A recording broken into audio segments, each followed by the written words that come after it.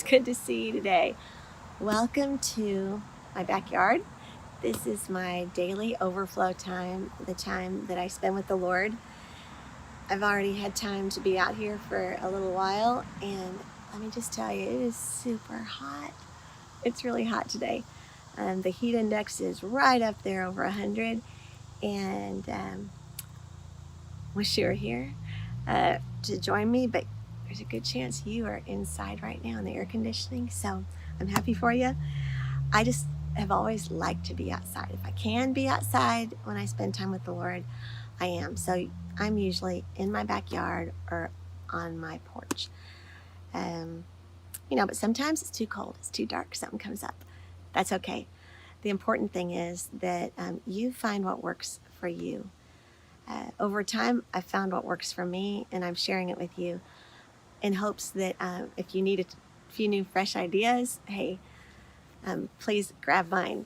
And if you have something else that's working for you, that's great. The way I do it doesn't mean that it's right. It just means it works for me. This time that I spend with the Lord every day, it is not a checklist. It is not studying religion.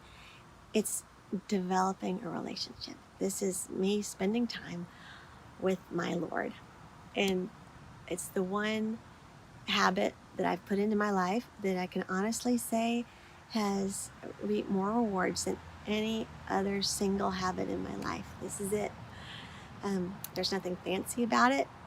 And so the reason that Kerry and I are each sharing our quiet times with you, inviting you into that in the mornings and evenings for Kerry, he'll be with you at 8 p.m. tonight, is that we just wanted to give you a glimpse into what this might look like if this is something that you want to add to your life.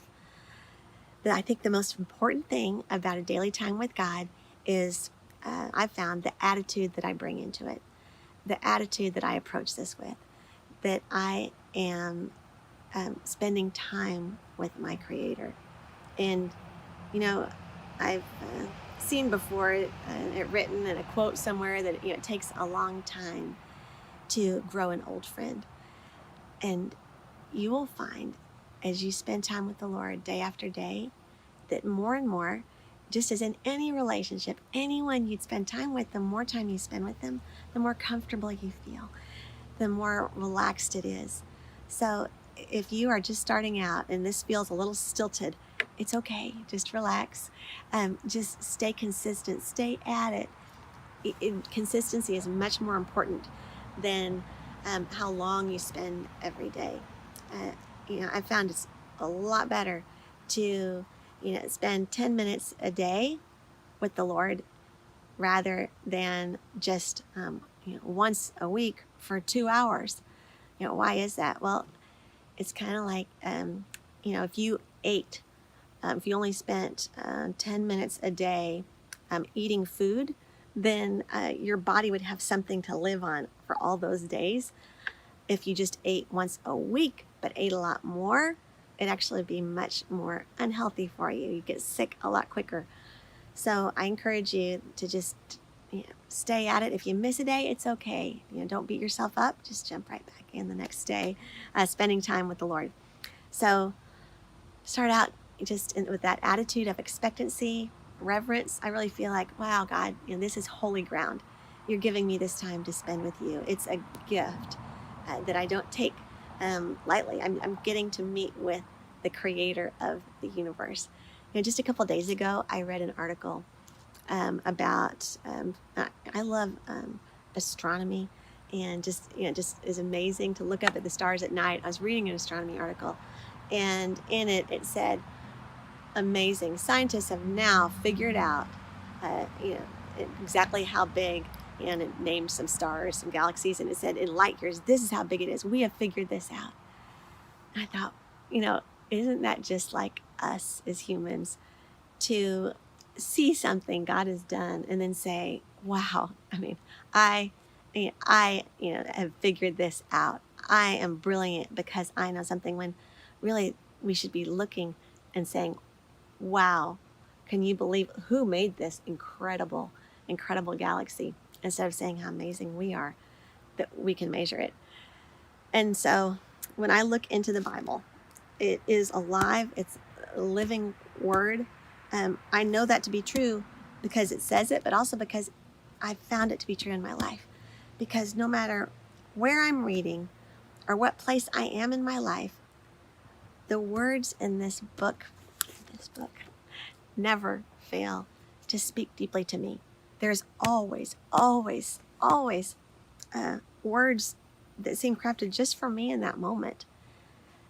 And so I encourage you to stay with it daily, and then also sequentially. It's really tempting to just let the Bible fall open and just grab something, one day and then just flip it to a different page a different day. But I think you'll find that if you stay with it, start a book of the Bible or some type of reading plan, and then stay with that sequentially, you'll get to see the big picture of what God's doing. Because this is a story of how God was working in people's lives, and how he wants to work in your life. So I encourage you to do that. Last week, in my time with you, we went through the book of Philippians. And so I'm going to encourage you this week, we're going to do First Thessalonians. So it is also not a very long book, rather, just 5 chapters. We can do this. And so I encourage you to look at First Thessalonians chapter 1 today. And as I've shared with you, the way I like to spend time in the Word is my daily time. First thing I do is kind of mentally change gears. So I will sit down and just kind of okay, because my mind's already going on a lot of things. And by the way, I encourage you to do your daily time at whatever time of the day is best for you, whenever you're the sharpest, the most alert. For a lot of you, that is the morning, but for a lot of you, it's the evening. It doesn't matter. There's not one that's better than the other, but I do encourage you to give God your best, the time when you're at your best, not the leftovers. For me, that's the morning. But it's from the moment I get up in the morning, my mind is already thinking about different things. So I like to sit down and go, okay, and just mentally change gears. Okay.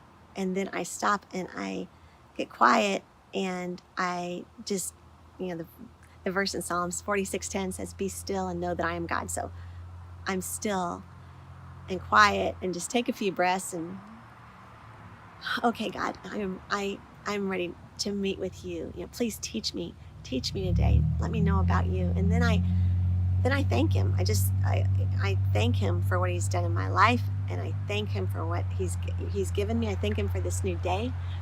I thank him for this opportunity that I can read, learn more about him today. I thank him that I get to share with you. I thank him for what's coming up. And then I read. So after I've prayed and thanked the Lord, then I stop and I read the chapter that I'm on for that day. And so as I read, I have my journal out and I'm writing down, the way I like to do it. And this has just come to me kind of honed over some years of doing this. What works for me is that I write down what happened. So I literally will just write the word what, and then I write down briefly in a sentence or two what happened that day. And so that's just saying directly what happened, or maybe a quick paraphrase of what was said. But for the section, the verses, or the chapter that I'm reading. And then next I write down, that's the what part of it. Then I write down, so what? In other words, what does that mean?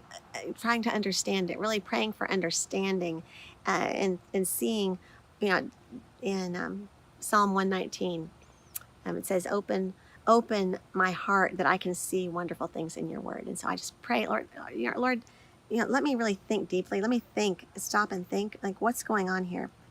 It's really easy if I don't stop and kind of ponder this on this step, to just have this be an academic exercise. Well, what happened? Just spit out information. But that's not the goal of this. That doesn't help anyone. I'm not impressing God by that. And so I try to, a lot of times, just kind of put myself in, think about, well, how would I feel if I was this person? How would I feel if I was this person that I just read about? What else was going on there? What might that have looked like? Because everything happens always in context. So I try to understand the context. That's why it really helps if you're going through the book, chapters of a book, because you start to really get that bigger picture. And so I write down, so what? And that's just where I write down, okay, and I write down what I might kind of understand from that. What can I see from this? And what principles might I see showing up in this? Or what things really stand out to me? And then the third and last thing I write down is the now what part of it. So there's what, so what, and now what. And now what is kind of where I apply it to my life, where I think, okay, now what? Okay, God, so you are, speaking to me today through your word. This is what I read. So how is my life going to be different today? Like specifically, and this is where I get down to specifics. Like, when I'm reading about the value of patience. And so I will write down, so in this situation today, I really need to remember to be patient and not rush an answer. Or if I'm reading about, the power of words, and taming the tongue, then I will think, okay, in this situation, and I'll pray about it and say, okay, God, show me. God is so good to show us when we ask. And so I'll just say, Lord, show me where I need to apply this in my life, what I just read. Help this stand out to me. And in Psalm 139, it says, search me, O God, and know my heart. Test me and know my anxious thoughts. And this is I'll just confess and say, Lord, I have not been doing this, but I want to put this into my life. Show me, Lord. Help me today. Remind me. And I want to be more like him, imitate him. So I encourage you today, read 1 Thessalonians, spend some time thanking him for who you are, for what he's given you, that he loves you so much. And then allow him to work in your life today. Can't wait to see you tomorrow. Love you guys.